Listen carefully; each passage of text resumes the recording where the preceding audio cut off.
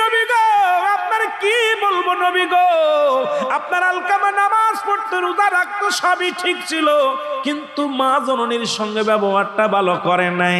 জনম দুঃখিনী মা বড় কষ্ট পেয়েছি ইয়া রাসূলুল্লাহ, ইয়া হাবিবাল্লাহ, এই কারণে তার জবানটা বাইর হয় না। আমার যুবক বাজানেরা রে, একেতে নামাজ পড়িস না, মা বাবার সঙ্গে ভালো ব্যবহার করিস না, সুদ ঘুষ খাস, জিনা ব্যভিচার করিস, অন্যায় করিস, একটু দিলের কান্ডা লাগা শোনো। আল্লাহর নবী চলে আসলেন আলকামার বাড়ি। আলকামার বাড়ি এসে নবী সালাম দাও, আসসালামু আলাইকুম।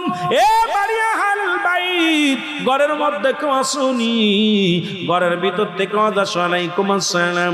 নবীজি ডাক দেখায়, মা গো, ও মা, তুমি ঘরের মধ্যে গো।